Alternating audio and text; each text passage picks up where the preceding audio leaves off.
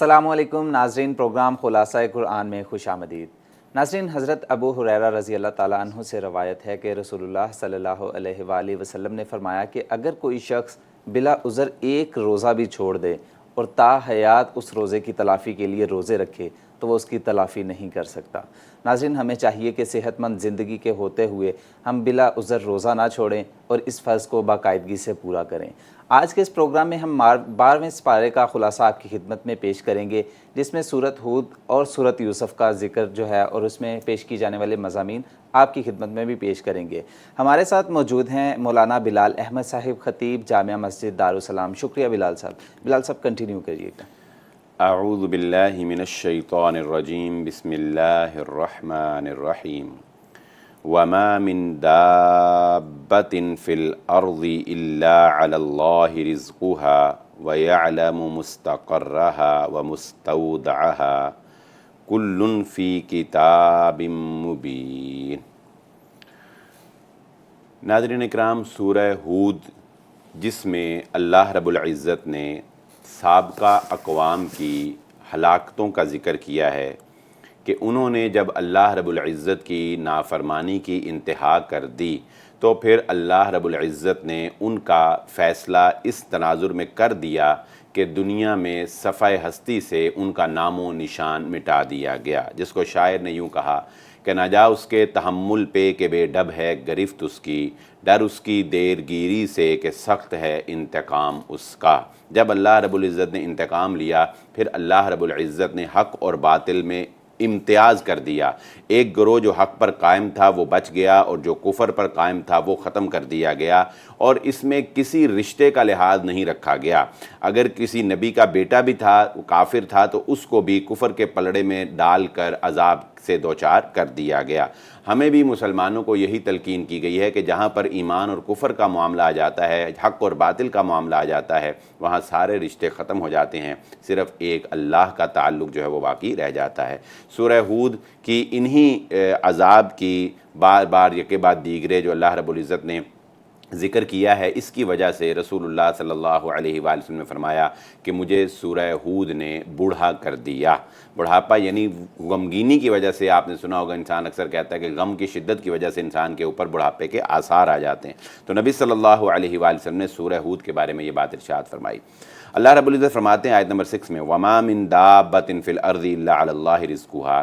دنیا میں جو کوئی بھی چوپایا ہے، یہ رینگنے والے کیڑے ہیں، چرند پرند ہیں، انسان ہے، جو کچھ بھی ہے، اللہ رب العزت کے ذمے اس کا رزق ہے۔ ناظرین اکرام، اللہ رب العزت نے ہر انسان کے رزق کا، ہر مخلوق کے رزق کا ایسا انتظام کیا ہوا ہے کہ پتھر کے اندر بھی اگر کوئی کیڑا ہے تو وہ بھی وہاں پر رزق حاصل کر رہا ہے۔ سمندر کی گہرائیوں میں کوئی اگر ذرہ بھی ہے، اس کے رزق کا انتظام بھی اللہ رب العزت نے کر رکھا ہے۔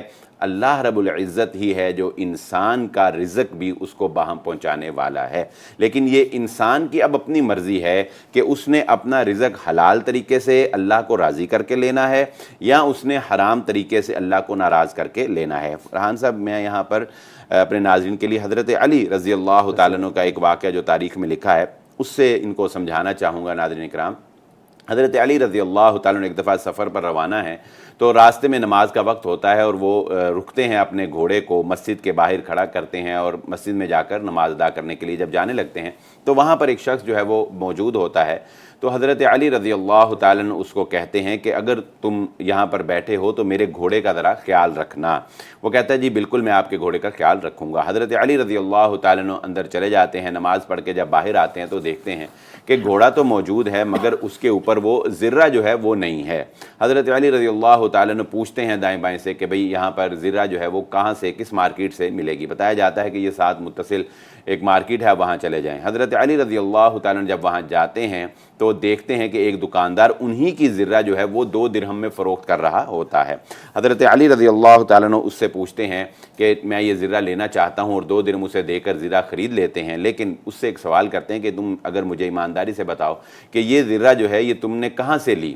تو وہ شخص کہنے لگا کہ جی ابھی ابھی آپ سے پہلے ہی مجھے 1 درہم کی یہ زرہ جو ہے وہ ایک شخص نے فروخت کی ہے اور میں نے آپ کو 2 درہم کی بھی جو ہے وہ فروخت کر دی۔ حضرت علی رضی اللہ تعالیٰ عنہ فرماتے ہیں کہ انسان پر کمال ہے کہ میں نے یہ سوچا تھا کہ جب میں مسجد سے باہر آؤں گا تو بطور انعام کہ اس نے میری جو سواری کی حفاظت کی اس کو 1 درہم جو ہے وہ دوں گا، لیکن اس نے حلال طریقے سے 1 درہم نہیں لیا بلکہ اس نے حرام طریقے سے چوری کر کے 1 درہم جو ہے وہ اپنے کھاتے میں ڈال لیا ہے۔ تو یہ انسان پر منحصر ہے کہ وہ اپنا رزق حلال کرتا ہے یا اپنا رزق جو ہے وہ حرام کرتا ہے۔ اگلی آیت میں اللہ رب العزت نے یہ بات ارشاد فرمائی کہ اللہ ہی ہے جس نے زمین و آسمان کو 6 دن میں پیدا کیا، وَكَانَ عَرْشُهُ عَلَى الْمَاءِ، اور اللہ رب العزت کا عرش اس کائنات کی تخلیق سے پہلے پانی کے اوپر تھا۔ ناظرین کرام، یہ انفارمیشن آپ کو دیتا چلوں کہ اس وقت شیطان نے اللہ رب العزت کا مقابلہ کرنے کے لیے اپنا تخت جو ہے وہ پانی کے اوپر بنایا ہوا ہے، یعنی سمندروں میں کسی ایک جگہ پر جو ہے وہ شیطان کا تخت ہے، اور یہ بھی ہم جانتے ہیں کہ سمندر ہی میں کسی جزیرے میں دجال جو ہے وہ بھی قید ہے۔ سمندروں میں ہی ایسی جگہ موجود ہیں جہاں پر عام انسان کی رسائی ممکن نہیں ہو سکتی۔ آگے فرماتے ہیں اللہ رب العزت، من کان یرید الحیات الدنیا وزینتہا نوفی الیہم اعمالہم فیہا وہم فیہا لا یبخسون، جو کوئی دنیا کی زندگی چاہتا ہے اور دنیا کی شان و شوکت چاہتا ہے تو ہم اس کے اعمال کا بدلہ دنیا میں ہی اس کو پورا دے دیتے ہیں، کوئی کمی نہیں کرتے۔ لیکن یہ وہ لوگ ہیں لیس لہم فی الآخرۃ الا النار، آخرت میں ان کے لیے جہنم کا ایندھن وہ بن جائیں گے، جہنم ہی ان کی سزا ہوگی۔ ناظرین کرام، یہ اس طرف اشارہ کیا گیا ہے کہ انسان جو بھی عمل کرتا ہے، ہم جو بھی نیکی کرتے ہیں، اس میں مقصود اور مطلوب صرف اور صرف اللہ کی رضا ہونی چاہیے۔ اگر ہم کوئی نیکی اس لیے کرتے ہیں کہ ہمیں دنیا میں لوگ واہ واہ کہیں، اگر ہم کوئی نیکی اس لیے کرتے ہیں کہ ہماری شہرت ہو جائے، اگر ہم کوئی نیکی اس لیے کرتے ہیں کہ ہمیں پیسے مل جائیں، تو اللہ رب العزت فرماتے ہیں کہ تم نے جس کام کے لیے مقصد کے لیے نیکی کی ہوگی، دنیا ہم تمہیں دے دیں گے، دنیا میں شہرت مل جائے گی، دنیا میں مال و دولت مل جائے گا، دنیا میں جاہ و جلال مل جائے گا، لیکن یاد رکھنا اس نیکی کے بدلے آخرت میں قیامت والے دن پھر ہمارے پاس کچھ نہیں ہوگا۔ میں یہاں پر ایک چھوٹے سے نقطے کی وضاحت کر دوں جس میں عام طور پر لوگ جو ہے وہ غلطی کا شکار ہو جاتے ہیں کہ شیطان یہ بہکاوا دے دیتا ہے، نیکی کرنے میں رکاوٹ بنا دیتا ہے کہ نہیں یہ کام نہ کرنا، تمہارے اندر ریاکاری پیدا ہو جائے گی۔ کوئی انسان کوئی نیک کام کرنے لگتا ہے تو نہیں تمہارے اندر ہے۔ نہیں ناظرین اکرام، ریاکاری میں اور وسوسے میں ایک باریک سا ڈفرنس ہے جسے سمجھنے کی ضرورت ہے، اور وہ کیا کہ ریاکاری جو ہے وہ کسی بھی کام کے شروع کرنے سے پہلے ہوتی ہے۔ جب وہ کام شروع ہو گیا اس کے بعد ریاکاری نہیں، اس کے بعد وسوسہ ہے، کیونکہ انما الاعمال بالنیات۔ میں مثال سے اپنی بات کو سمجھاتا ہوں۔ مثال کے طور پہ ایک شخص جو ہے یہ ارادہ کرتا ہے کہ میں مسجد میں جا کر 2 نفل ادا کرتا ہوں اللہ کی رضا کے لیے۔ جب اس نے نفل پڑھنے کا ارادہ کیا تو اس کا مقصد صرف اور صرف رضائے الہی تھا۔ وہ مسجد میں جاتا ہے، جا کے نفل ادا کرتا ہے۔ دوران نفل ایک شخص باہر سے آتا ہے، اس کا جاننے والا، اور اس کی نظر جو ہے وہ اس پہ پڑتی ہے، تو اب اس کے دل میں خیال پیدا ہوتا ہے کہ دیکھو یہ مجھے دیکھے گا تو یہ کہے گا کتنا نیک انسان ہے۔ اب یہ جو خیال پیدا ہوا ہے یہ ریاکاری نہیں ہے۔ کیوں؟ کیونکہ عمل شروع کیا تھا تو نیت رضائے الہی ہی تھی۔ عمل کے درمیان میں اگر کوئی اس طرح کا خیال آئے تو یہ وسوسہ ہے جو شیطان نے اس کے عمل کو خراب کرنے کے لیے پیدا کیا۔ اگر وہ روٹین سے نفل پڑھتا رہے تو وسوسے پر امت محمدیہ صلی اللہ علیہ وآلہ وسلم کی معافی ہے، لیکن اگر اس کو دیکھ کر رکوع لمبے شروع کر دے، سجدے لمبے شروع کر دے، تو یہ جو اضافہ اس نے کیا ہوگا، یہ اضافہ جو ہے یہ ریاکاری میں آئے گا۔ اور ناظرین اکرام، جہنم کی آگ سب سے پہلے 3 اشخاص سے بھڑکائی جائے گی۔ وہ 3 اشخاص وہی ہوں گے جو ریاکار ہوں گے، اور وہ سخی جو ریاکاری کے لیے سخاوت کرتا تھا، وہ عالم جو شہرت کے لیے، علم کے چرچے کے لیے یہ جو ہے وہ تبلیغ کرتا تھا، اور نمبر 3 وہ مجاہد جس نے بہادری کا نعرہ لگوانے کے لیے جو ہے وہ اللہ رب العزت کے راستے میں جہاد کیا۔ اللہ رب العزت سے دعا ہے کہ اللہ تعالی ہمیں ریاکاری سے محفوظ فرمائے۔ ناظرین، اللہ تعالی ہمیں شیطانی وسوسوں سے محفوظ فرمائیں اور ہماری عبادتوں میں خشوع خضوع پیدا فرمائیں۔ پروگرام میں وقت ہوا ایک بریک کا، اس سلسلے کو کنٹینیو رکھیں گے، ہمارے ساتھ رہیے گا۔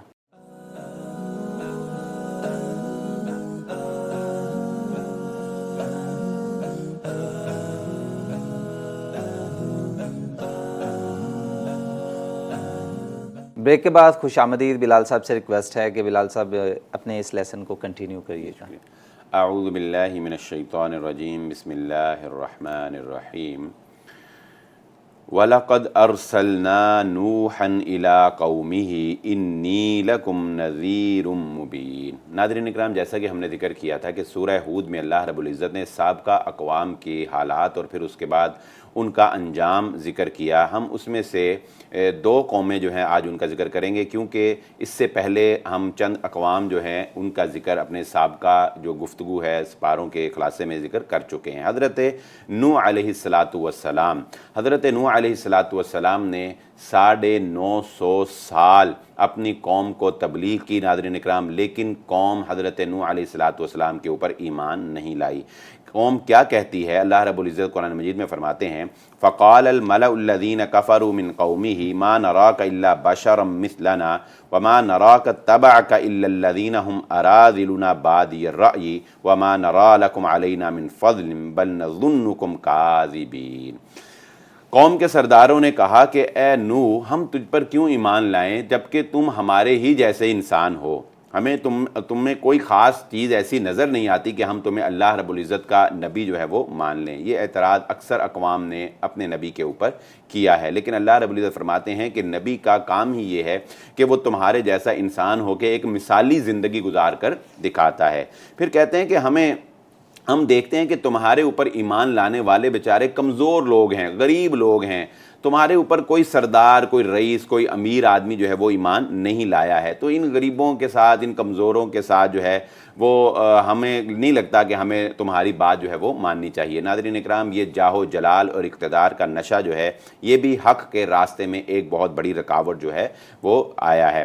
اور فرمایا وَمَا نَرَىٰ لَكُمْ عَلَيْنَا مِنْ اور ہمیں لگتا ہی نہیں ہے کہ تم کسی طرح بھی ہم سے افضل ہو کہ ہم تمہیں اپنا نبی مانیں، کیونکہ نبی ماننے کا مطلب ہوتا ہے لیڈر مان لینا.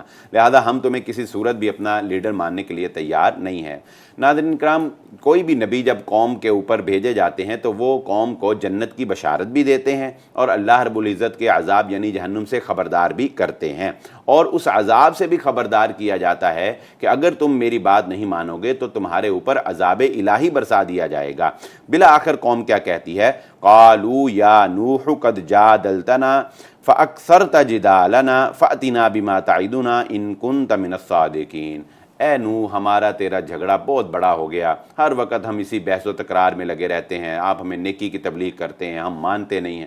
آپ ایسا کریں، جو عذاب آپ کا آنا ہے نا وہ کل کو چھوڑیں، آج ہی ہمارے اوپر جو ہے وہ بھیج دیں. نعوذ باللہ. یعنی ایسی بدبخت قوم تھی کہ اللہ رب العزت کے عذاب کو خود کہہ رہی ہے کہ لے آؤ بھائی جو تم ہمیں ڈراتے رہتے ہو ہر وقت اور جو ہم سے تم نے وعدہ کیا ہے.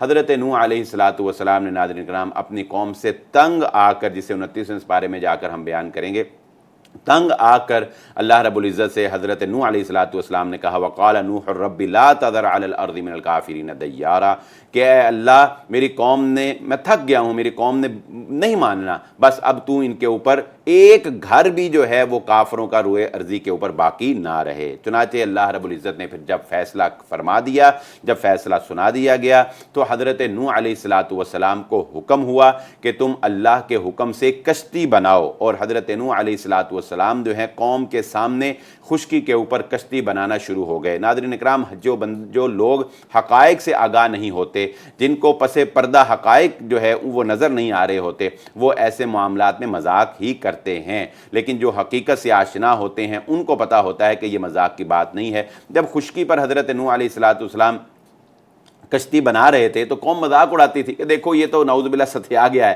پاگل ہو گیا، ہمیں تبلیغیں کرتا تھا اور یہ خشکی پر ہی جو ہے وہ کشتی بنانا شروع کر دی ہے. قوم کو کیا پتا تھا کہ یہ کشتی ہی ان کے لیے حفاظت کا سامان کرے گی اور جو کشتی کے باہر ہوگا وہ غرق کر دیا جائے گا. چنانچہ اللہ رب العزت نے زمین کو حکم دیا وفارت النور، اور زمین سے چشمے جو ہیں وہ ابلنے لگ گئے. اللہ رب العزت نے آسمان کو حکم دیا، آسمان سے بارش جو ہے وہ برسنے لگ گئی اور روئے ارضی کے اوپر ایک بہت بڑا سیلاب جو ہے وہ اللہ رب العزت نے بطور عذاب اس قوم کے اوپر مسلط کیا۔ حضرت نوح علیہ السلام کو حکم دیا کہ آپ اور اپنے ساتھ اپنے رفاقا جو آپ پر ایمان لائے مسلمان ان کو اور جوڑے جوڑے جو ہیں مخلوقات کے وہ اپنے ساتھ کشتی میں سوار کر لیجئے، بچے گا وہی جو کشتی میں ہوگا۔ یہاں پر ایک بات جو ہے وہ قابل ذکر ہے کہ حضرت نوح علیہ السلام نے اپنے بیٹے کو پکارا۔ بیٹا جو ہے حضرت نوح علیہ السلام کا وہ کافر تھا۔ حضرت نوح علیہ السلام نے بیٹے کو کہا کہ اے بیٹے ہمارے ساتھ، یا بنی ارکب معنا ولا تکن مع الکافرین، اے بیٹے ہمارے ساتھ سوار ہو جا، کفر کرنے والوں میں نہ آ۔ بیٹا کیا کہتا ہے؟ قال سآوی الی جبل یعصمنی من الماء، بابا میں یہ پہاڑ کی چوٹی کے اوپر چڑھ جاؤں گا اور یہ پہاڑ جو ہے یہ مجھے اس پانی سے بچا لے گا۔ حضرت نوح علیہ السلام کہتے ہیں لا عاصم اليوم، آج بیٹے کوئی نہیں بچ سکتا، اللہ کا عذاب جب برس پڑتا ہے پھر کوئی نہیں بچ سکتا، بچے گا وہی جو میری کشتی میں اللہ کے حکم سے جو سوار ہوگا وہی بچے گا۔ اور پھر ان کے درمیان ایک موج جو ہے وہ حائل ہو گئی اور بیٹا بھی جو ہے وہ غرق کر دیا گیا۔ اور اللہ رب العزت نے حضرت نوح علیہ السلام کو کہا، جب حضرت نوح علیہ السلام کہتے ہیں کہ اللہ میرا بیٹا میرے اہل میں سے ہے، تو اللہ رب العزت نے فرمایا کہ اے نوح وہ آپ کے اہل میں سے نہیں ہے، یعنی جو کافر ہے وہ آپ کے اہل، آپ کا خاندان میں شمار ہونے کے بھی لائق نہیں ہے۔ اور اس طرح حضرت نوح علیہ السلام کی قوم کا فیصلہ کر دیا گیا اور روئے ارضی سے اس قوم کو مٹا دیا گیا۔ اللہ رب العزت ہم سب کو عذاب سے محفوظ فرمائے۔ آگے چل کے سورہ ہود میں ایک حضرت لوط علیہ السلام کی قوم کا ذکر کیا ہے، لیکن اس سے پہلے حضرت ابراہیم علیہ السلام کے طرف فرشتے جو ہے وہ بھیجے گئے۔ اللہ رب العزت نے فرشتوں کو حضرت ابراہیم علیہ السلام کے پاس بھیجا۔ یہ وہی فرشتے تھے جو حضرت لوط علیہ السلام کی قوم پر عذاب جو ہے وہ لے کر نازل ہوئے تھے، اور اس سے پہلے یہ حضرت ابراہیم علیہ السلام کے پاس آئے۔ کس لیے آئے؟ کہ حضرت ابراہیم علیہ السلام کو انہوں نے فبشرناہا باسحاق ومن وراء اسحاق یعقوب، حضرت ابراہیم علیہ السلام کی زوجہ کو یعنی حضرت سارہ کو انہوں نے حضرت اسحاق علیہ السلام اور حضرت اسحاق علیہ السلام کے بعد ان کے بیٹے حضرت یعقوب علیہ السلام کی بشارت دی، یعنی ان کو خوشخبری دی کہ آپ کو اللہ رب العزت ایک بیٹے اسحاق سے نوازے گا اور اسحاق کے بیٹے جو ہیں وہ یعقوب سے نوازے گا۔ تو وہ کہنے لگتی ہیں قالت یا ویلتا اعلد وانا عجوز وہذا بالی شیخا۔ اللہ رب العزت جب کسی کام کا ارادہ کرتا ہے ناظرین اکرام پھر اسباب نہیں دیکھے جاتے۔ وہ لیکن انسان تھی، بشر تھی، کہنے لگی بھلا مجھے کیسے اولاد ہوگی، میں بانجھ ہو چکی ہوں اور میرا شوہر جو ہے وہ تو بوڑھا ہو چکا ہے، یعنی وہ اسباب جو اولاد کے لیے ہونے چاہیے وہ تو موجود ہی نہیں ہیں۔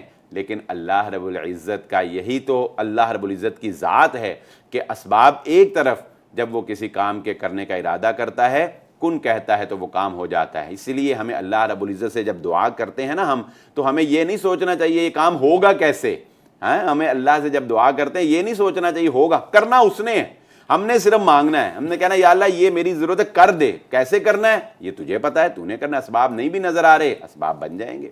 حضرت لوط علیہ السلام کی قوم ناظرین اکرام یہ وہ قوم تھی جنہوں نے کائنات کے اندر وہ گناہ کیا کہ جو گناہ اس سے پہلے کسی اور نے نہیں کیا تھا۔ انہوں نے اپنی خواہشات کو پورا کرنے کے لیے عورتوں کو چھوڑ کر مردوں کا انتخاب کیا، اور یہ وہ قبیح فعل تھا کہ شریعت اسلامیہ میں یعنی ہماری شریعت محمدیہ صلی اللہ علیہ وآلہ وسلم میں ایسا فعل کرنے والے کی سزا جو ہے وہ قتل ہے، یعنی سزائے موت ہے۔ ایسے فعل میں دونوں فریق جو شامل ہیں، کرنے والا اور کروانے والا، دونوں جو ہیں وہ ان کی سزا جو ہے وہ واجب القتل ہے۔ یہ ایسا کبھی فعل ہے۔ ان کے نبی نے ان کو بہت سمجھایا کہ دیکھو کہ تم جو ہے باز آ جاؤ اور اپنی روش جو ہے اس کو بدل لو، لیکن یہ باز نہیں آئے، حتیٰ کہ وہ فرشتے جو حضرت لوط علیہ السلام کے پاس گئے ناظرین اکرام وہ بھی ایک خوبصورت نوجوانوں کی شکل میں گئے، تو یہ قوم جو ہے ان کے در پہ بھی ہو گئی۔ پھر اللہ رب العزت نے اس قوم کے اوپر یعنی حضرت لوط علیہ السلام کی قوم کے اوپر بھی اللہ رب العزت فرماتے ہیں وَأَمْطَرْنَا عَلَيْهَا حِجَارَةً مِّن سِجِّيلٍ مَنْضُودٍ، نوکیلے پتھر اللہ رب العزت نے آسمان سے ان کے اوپر برسائے ناظرین، اور پتھروں سے جو ہے وہ ان کو نیست و نابود کر دیا۔ حضرت شعیب علیہ السلام کی قوم کا تذکرہ ہم پہلے کر چکے ہیں، لیکن یہاں پر میں صرف ایک بات ان کے قوم کی ذکر کرنا چاہوں گا۔ فرمایا قالوا یا شعیب اصلاتک تأمرک ان نترک ما یعبد آباؤنا او ان نفعل فی اموالنا ما نشاء انک لانت الحلیم الرشید۔ کہتے ہیں اے شعیب، کیا تیری نماز تجھے یہ حکم دیتی ہے کہ ہم چھوڑ دیں ان کو جن کی آباء و اجداد ہمارے عبادت کرتے تھے، اور ہم اپنے مالوں میں اس طرح کریں جس طرح تم چاہتے ہو؟ ناظرین کرام، یہ سوچ کیا ہے؟ یہ ہے عبادت تک دین کو محدود کرنے کی سوچ، کہ وہ کہتے تھے کہ آپ اگر عبادت ہی کرنی ہے شعیب تو اپنے طور پہ عبادت کرتے رہو، اللہ اللہ کرتے رہو، بھائی ہمیں کیوں روکتے ہو؟ یہ وہ ہے جو اقبال نے کہا، میں کھٹکتا ہوں دل یزداں میں کانٹے کی طرح، تو فقط اللہ اللہ اللہ، کہ نبیوں کا شیوہ یہ نہیں ہوتا کہ اپنی عبادت میں محو رہیں اور کوئی گناہ کرتا ہے تو کرتا رہے، نہیں، شیطان جو ہے وہ ابلیس جو ہے وہ حضرت جبرائیل علیہ السلام کو کہتا ہے کہ تم نے کیا کمال کیا، دیکھو میں نے دنیا کے اوپر کتنا گناہ عام کر دیا، میں کھٹکتا ہوں دل یزداں میں کانٹے کی طرح، تم کیا کر رہے ہو؟ عبادت عبادت عبادت۔ یہ فرشتے ہیں جو عبادت میں لگے ہیں، انسان گناہ کو روکتا ہے۔ ناظرین، پروگرام میں وقت ہوا ایک بریک کا، ہمارے ساتھ رہیے گا، اس سلسلے کو ہم کنٹینیو رکھیں گے۔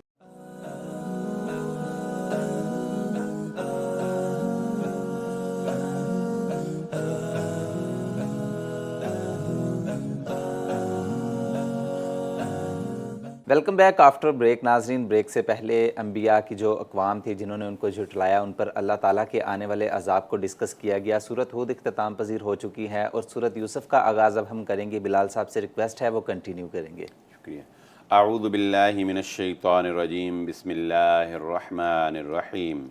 نحن نقص علیک احسن القصص بما اوحینا الیک ھذا القرآن وَإِن كُنْتَ مِن قَبْلِهِ لَمِنَ الْغَافِلِينَ۔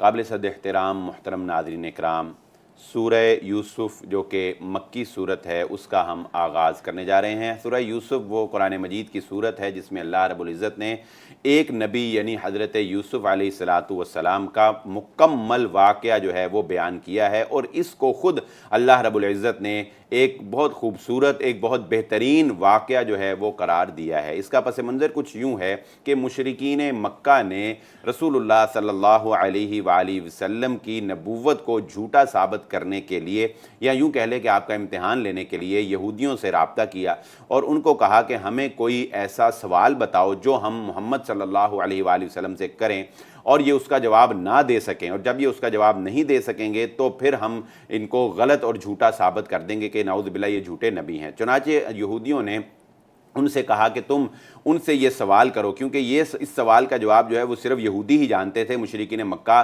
یا نبی صلی اللہ علیہ وسلم جنہوں نے صرف مکہ میں ایک زندگی گزاری اور آپ امی تھے، یہ اس سوال کا جواب نہیں جان سکتے تھے۔ چنانچہ انہوں نے اس سوال کیا کہ یہ بتائیے کہ قوم بنی اسرائیل جو ہے وہ اپنے اصل وطن سے نکل کر مصر میں آ کے کس طرح آباد ہوئی، یہ سوال تھا دراصل۔ تو اس سوال کے جواب میں پھر اللہ رب العزت نے پوری سورت جو ہے وہ سورہ یوسف نازل فرمائی اور حضرت یوسف علیہ السلام کا واقعہ جو ہے وہ ہمارے سامنے رکھا۔ ہم اس واقعے کو اختصار کے ساتھ وقت کی نزاکت کو مد نظر رکھتے ہوئے آپ کے گوش گزار کرنے جا رہے ہیں۔ حضرت یوسف علیہ السلام حضرت یعقوب علیہ السلام کے بیٹے ہیں۔ آپ کا لقب ہے کریم، ابن کریم، ابن کریم، ابن کریم۔ آپ خود بھی نبی، آپ کے باپ والد بھی نبی، یعقوب ان کے والد اسحاق بھی نبی، دادا بھی نبی، اور پردادا حضرت ابراہیم علیہ السلام بھی نبی ہیں۔ یہ 4 نسلوں سے حضرت یوسف علیہ السلام کا اعزاز ہے کہ نبوت ان کے خاندان میں چلی آ رہی تھی۔ حضرت یوسف علیہ السلام سے حضرت یعقوب علیہ السلام کی والہانہ محبت تھی، اور اس والہانہ محبت کی وجہ سے ناظرین اکرام جو دیگر بھائی تھے حضرت یوسف علیہ السلام کے، ان کے دل کے اندر حسد پیدا ہو گیا۔ حضرت یعقوب علیہ السلام کے 12 بیٹے تھے، جو 2 بیٹے جو ہیں وہ سگے بھائی یعنی حضرت یوسف اور حضرت بنیامین تھے، اور باقی جو ہیں وہ 10 بچے وہ دیگر ازواج سے تھے۔ آپ کی کل 4 شادیاں تھیں۔ حضرت یوسف علیہ السلام نے بچپن میں ہی ایک خواب دیکھا تھا جس کا ذکر اللہ رب العزت نے سورہ یوسف میں کیا۔ اذ قال یوسف لأبیہ یا ابت انی رأیت 11 کوکبا والشمس والقمر رأیتهم لی ساجدین۔ اے میرے بابا میں نے یہ خواب دیکھا ہے کہ 11 ستارے اور سورج اور چاند جو ہے وہ مجھے سجدہ کر رہے ہیں۔ اس خواب کی تعبیر جو ہے وہ ناظرین کرام ہم آخر میں جا کے پڑھیں گے کہ وہ کیا ہوئی۔ چنانچہ اس حسد کی وجہ سے بھائیوں نے اپنے باپ کی محبت کے باپ جو ہے وہ حضرت یوسف علیہ السلام سے زیادہ محبت کرتے ہیں، بھائیوں نے حضرت یوسف علیہ السلام کو جو ہے وہ اپنے راستے سے ہٹانے کا پروگرام بنایا، یعنی کہ قتل کرنے کا پروگرام منصوبہ بنایا، اور اس کے لیے حضرت یعقوب علیہ السلام سے اجازت چاہی کہ حضرت یوسف کو ان کے ساتھ بکریاں چرانے کے لیے بھیجا جائے۔ حضرت یعقوب علیہ السلام نے بدل نخواستہ جو ہے وہ اجازت دے دی۔ چنانچہ بھائیوں نے وہاں پر جا کر، ارادہ تو قتل کا تھا لیکن درمیان میں ایک بھائی نے جو ہے وہ رکاوٹ پیدا کی اور اس نے کہا کہ نہیں، ایسا کام ہمیں نہیں کرنا چاہیے۔ چنانچہ انہوں نے ان سے جان چھڑانے کا یہ طریقہ سوچا کہ انہیں جو ہے وہ کسی کنویں میں جو ہے وہ پھینک دیا کہ کوئی قافلہ آئے گا اور وہ ان کو اپنے ساتھ ڈول میں اٹھا کر لے جائے گا۔ چنانچہ ایسے ہی ہوا، ایک قافلے کا وہاں سے گزر ہوا اور انہوں نے جب کنویں کے اندر ڈول پھینکا تو ڈول سے حضرت یوسف علیہ السلام نے وہ رسی جو ہے وہ تھام لی اور حضرت یوسف علیہ السلام جو ہے وہ باہر لے آئے۔ قافلے والوں نے حضرت یوسف علیہ السلام کو غلام بطور غلام جو ہے وہ اپنے پاس جو ہے وہ رکھ لیا، اس کی سند جو ہے وہ بھائیوں سے حاصل کر لی اور مصر کے بازار میں جا کر حضرت یوسف علیہ السلام کو چند اشرفیوں، چند کوڑیوں کے دام جو ہے نبی خدا کو، حضرت یوسف علیہ السلام کو عزیز مصر کے ہاں، جو کہ اس وقت کا عزیز مصر تھا، اس کے ہاں جو ہے وہ فروخت کر دیا۔ حضرت عبداللہ بن مسعود رضی اللہ تعالیٰ عنہ نے بہت پیاری بات کہی کہ اللہ رب العزت نے عزیز مصر کو وہ ذہانت عطا کی تھی کہ اس نے غلاموں میں سے ایک گہرے نایاب جو ہے اس کو پہچان لیا۔ عزیز مصر نے حضرت یوسف علیہ السلام کی قابلیت، حضرت یوسف علیہ السلام کو جو پرسنالٹی، جو حسن اللہ رب العزت نے عطا کیا تھا، اس کو دیکھتے ہوئے عزیز مصر نے اپنی بیوی، جس کا نام عام طور پہ مشہور زلیخا لیا جاتا ہے، اس کے ساتھ جو ہے یہ آپس میں گفت و نشید میں یہ بات طے کی کہ ہم اس بیٹے کو، اس بچے کو، اس غلام کو اپنا منہ بولا بیٹا جو ہے وہ بنا لیں گے۔ ناظرین اکرام، انہوں نے حضرت یوسف علیہ السلام کی بہترین پرورش کا انتظام کیا۔ وقت گزرتا چلا گیا، حضرت یوسف علیہ السلام جوان ہوتے چلے گئے۔ آپ کا حسن جو ہے وہ اس قدر تھا کہ رسول اللہ صلی اللہ علیہ وآلہ وسلم نے اس کی وضاحت اس طرح فرمائی کہ کائنات کا آدھا حسن جو ہے وہ دیگر مخلوقات کے اندر تقسیم کیا گیا اور آدھا حسن جو ہے وہ اللہ رب العزت نے حضرت یوسف علیہ السلام کو عطا کیا۔ سبحان اللہ۔ جو عزیز مصر کی بیوی تھی، اس شیطان جو ہے وہ اس پر غالب آ گیا اور اللہ رب العزت فرماتے ہیں وَرَاوَدَتْهُ الَّتِي هُوَ فِي بَيْتِهَا عَن نَفْسِهِ وَغَلَّقَتِ الْأَبْوَابَ وَقَالَتْ هَيْتَ لَكَ قَالَ مَعَاذَ اللَّهِ إِنَّهُ رَبِّي أَحْسَنَ مَثْوَايَ إِنَّهُ لَا يُفْلِحُ الظَّالِمُونَ۔ حضرت یوسف علیہ السلام کو عزیز مصر کی بیوی نے اپنی طرف جو ہے وہ ورگلایا اور گناہ کے لیے آمادہ کیا، لیکن حضرت یوسف علیہ السلام نے اللہ رب العزت کے خوف سے، ڈر سے جو ہے وہ انکار کر دیا اور اس کا طریقہ کار اس نے یہ کیا کہ اس کے کمرے کو جانے والے جو دروازے تھے وہ اس نے بند کر دیے اور حضرت یوسف علیہ السلام کو وہاں پر اپنے، چونکہ یوسف علیہ السلام غلام بھی تھے، حکم کے پابند بھی تھے، وہاں پر بلایا، لیکن گناہ کے لیے حضرت یوسف علیہ السلام نے آمادگی ظاہر نہیں کی اور حضرت یوسف علیہ السلام دروازوں کی طرف جو ہے وہ بھاگے۔ جب حضرت یوسف علیہ السلام بھاگ رہے تھے تو وہ عورت جو ہے وہ پیچھے پیچھے بھاگی ان کو روکنے کے لیے اور اس نے حضرت یوسف علیہ السلام کی قمیض کو جو ہے وہ پکڑا اور قمیض جو ہے وہ پھٹ گئی۔ جب دروازہ کھلا تو سامنے عزیز مصر جو ہے، یعنی اس عورت کا شوہر جو ہے وہ سامنے کھڑا تھا۔ اس اپنے شوہر کو دیکھتے ہی اس عورت نے حضرت یوسف علیہ السلام کے اوپر جو ہے وہ الزام لگایا کہ یہ تمہارے غلام نے جو ہے یہ خیانت کرنے کی جو ہے وہ کوشش کی ہے۔ اللہ رب العزت نے معجزانہ طور پر اپنے نبی حضرت یوسف علیہ السلام کی مدد کی اور وہاں پر ایک بچہ جو کہ ان کے ہاں آئی ہوئی مہمان کا ایک چھوٹا گود میں لیا ہوا بچہ تھا، وہ بچہ جو ہے اس کو اللہ رب العزت نے قوت گویائی عطا کی اور اس بچے نے بولا اور بول کے پھر ایک فیصلہ کن بات جو ہے وہ بیان کر دی کہ اگر یوسف علیہ السلام کی قمیض جو ہے وہ پیچھے سے پھٹی ہوگی تو یہ عورت جو ہے یہ گناہگار ہے، اور اگر قمیض جو ہے وہ آگے سے پھٹی ہوئی ہوگی تو پھر حضرت یوسف علیہ السلام گناہگار ہیں۔ جب عزیز مصر نے